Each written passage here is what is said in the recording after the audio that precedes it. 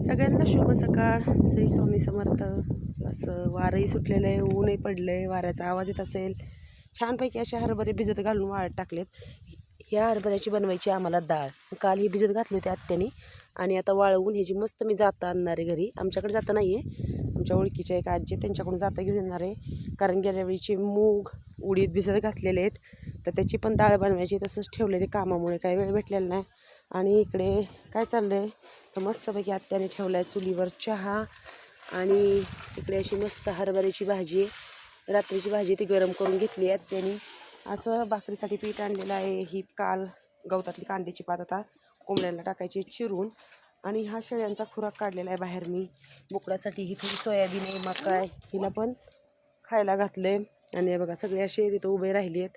तर चला टाकत्या त्या सगळ्यांना खुराक आणि लागते कामाला. आणि